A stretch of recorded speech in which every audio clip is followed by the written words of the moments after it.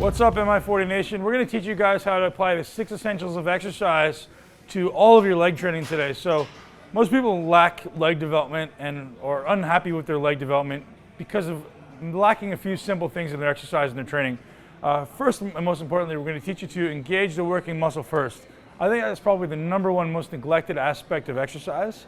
Everyone uses inertia, uses momentum, uses every other muscle possible to get the weight moving, and then they allow the working muscle to finish the movement, or sometimes it doesn't even do that.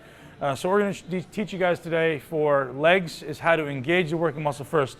We got our champion demo model here, Crowe. He's going to demonstrate a squat. Brandon jumps to the bottom of a squat. Now this guy's in awesome shape, and he's able to get great range on everything and super strong. So it may not be as easy for you, but the teaching points are going to be very similar. So all the way to the bottom and just stop there.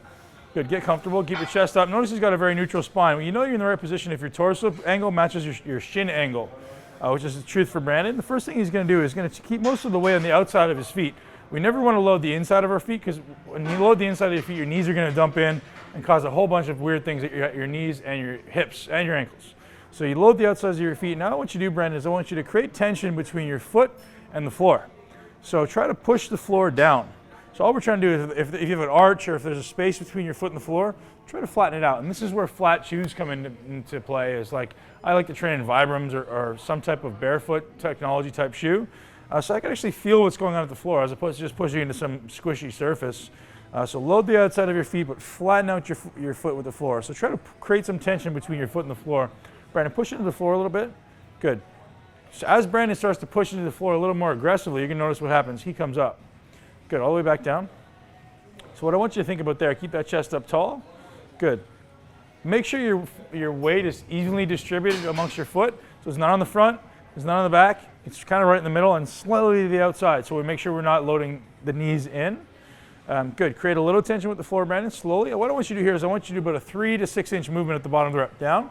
Good, just 3 to 6 inches. And the only thing you're thinking about here is pushing the ground down. I don't want you to think about standing up. I want you to think about pushing the ground down. Perfect, down. Good. Make sure the weight, before you move, make sure the weight is distributed where you want it, even and then slightly on the outside. Good, that was perfect. So what you're going to do if you're doing this right, you're going to feel your quads and your glutes contracting pretty much evenly at the bottom of the rep. Those are your 2 prime movers. You want those things contracting aggressively from out of that hole. Good. Push into the ground, 3 to 6 inches and down. Good. 3 to 6 inches and down. Good, and now back up, all the way up by pushing the ground straight down. So by pushing the ground down, we're going to prevent any type of extraneous movement. You see a lot of people squatting, their knees are going to start doing weird stuff, their ankles are going to start doing weird stuff. By pushing the ground down, you're going to lock your body in place so that you're able to create the maximum amount of leverage into the floor, maximum amount of torque, pushing straight down as you're trying to move your body straight up. If we're trying to push in any other weird direction, we're going to lose force, right? It just makes sense. If we're pushing out or if we're doing something weird, it's going to minimize the amount of leverage, or if we're moving, minimize the amount of force we can produce against the floor. So that's really the most important teaching point for learning how to train your legs. All right, ladies and gents, so once you guys understand exercise, you realize that certain exercises need to be done in a certain way to most appropriately match your body's natural strength curve, your body's natural tendency to produce force. The further away a weight is from your body, the heavier it is, right? Or the more force that's going to be acting on the body. So as we get to the bottom of a squat, the squat's actually really heavy at the bottom, super light at the top because the distance from the axis is decreased. Everybody see that? As I get to here, the weight is basically very light or lighter for my body. So what we've done here, we've added a really heavy band or a really stretched out band to make this exercise a lot harder at the top. As you can see, this is really tight. So this is going to be really hard for Brandon to do at the top and super easy at the bottom because the tension is going to be decreased. This is going to most naturally match the body's natural resistance profile. These are something you can pick up anywhere online. EliteFTS.com is where I get mine. A good friend of mine, Dave Tate, owns that website. Amazing resource for you guys. So Brandon's going to jump in. And to look at it, he was actually frightened. He's like, man, I don't know if I'm going to be able to do this. You'll notice how it's extremely easy at the bottom and then gets a little harder at the top, which is really, let's push that up. Get in, down.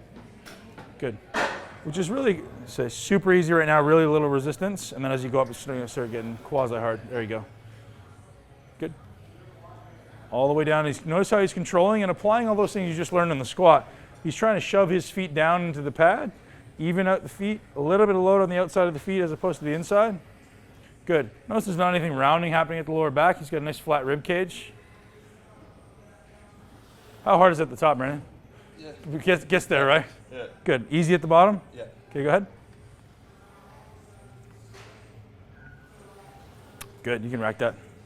So normally when we get about 3/4 of the way up on a squat or a leg press or hack squat, your body kind of goes, I can relax. Because you get to about here, and it's super easy. Right? You just kind of lock it out, you're chilling out. With this, complete opposite. It keeps getting harder and harder and harder the higher you get up, which is a really good idea for keeping continuous tension on the muscle, which is one of the 6 essentials of exercise, which we try to teach in all of exercise, but particularly in the Mi40 programs.